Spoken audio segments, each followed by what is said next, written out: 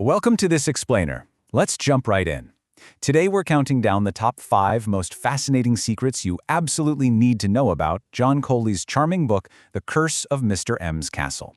If you're already a fan of middle-grade adventures that perfectly blend supernatural thrills with real-world hands-on skills, well, you're in exactly the right place.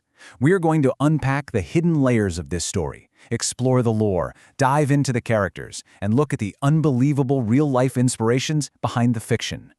So picture this. You're sitting in your perfectly normal 4th grade classroom, just minding your own business, eating some pizza for lunch, right?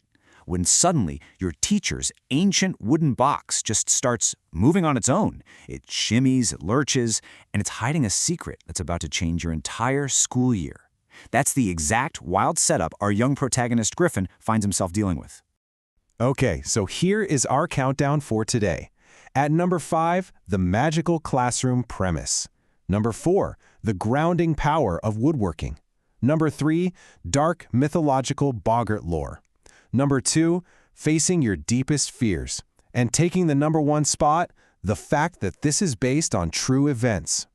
All right, kicking things off at number 5, the magical classroom premise. Ordinary school days meet ancient curses. What's so great here is how Griffin's incredibly normal first day of school gets completely derailed. His teacher, Mr. McAllister, shows up wearing a plaid Scottish kilt and hauls in this authentic Viking chest straight from his ancestral home, and the thing seems to literally have a life of its own. The author does this masterful job of taking utterly routine things like going over a syllabus, handing out a newsletter, just raising your hand, and injecting them with a massive dose of the weird. Mr. McCallie introduces this chest shipped straight from Glenbar Abbey in Scotland, and while Griffin is honestly just trying to make it to lunchtime, he sees the chest move out of the corner of his eye.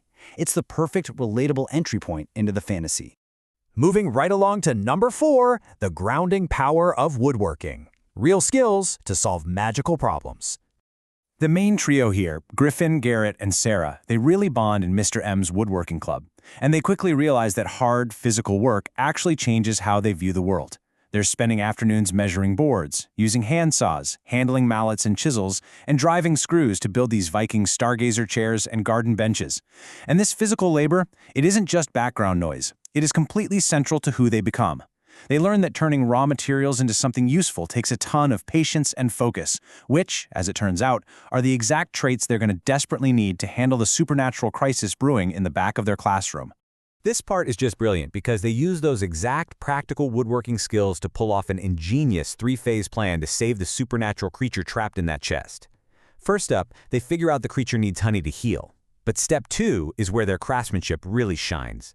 They decide to build a custom wooden replica of the McAllister clan badge, which features the motto Fortier, meaning boldly. They're using jigsaws, dowels, wood glue, the whole 9 yards to craft this masterpiece. And that gives them the perfect cover to convince Mr. M to mail their gift back to the Scottish castle, with the creature secretly tucked safely inside. It's literally real tools solving magical problems. Down to number 3, dark mythological boggart lore, the tragic transformation of the brownie. So we learned that these woodland creatures started out as helpful brownies centuries ago. They were protective, sweet-loving spirits that guarded the home. But here's the tragedy. When they get traumatized by noisy tourists and chaotic American school kids, they completely lose it and morph into terrifying, shape-shifting boggarts. This poor brownie was just living peacefully in the castle until tourists drove it absolutely mad. As a boggart, it defends itself by manifesting a person's absolute worst fear. For one kindergartner, it became a giant venomous snake. For some overachieving kids eating lunch, it exploded into a horrifying swarm of spiders. It's deeply rooted in actual Scottish folklore, which makes the monster here a victim of overwhelming stress rather than just some pure evil entity. Hitting number 2 on our countdown, facing your deepest fears, Griffin's ultimate test of bravery.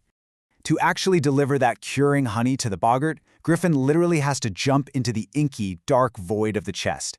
And in doing so, he realizes his greatest fear is absolute, endless nothingness.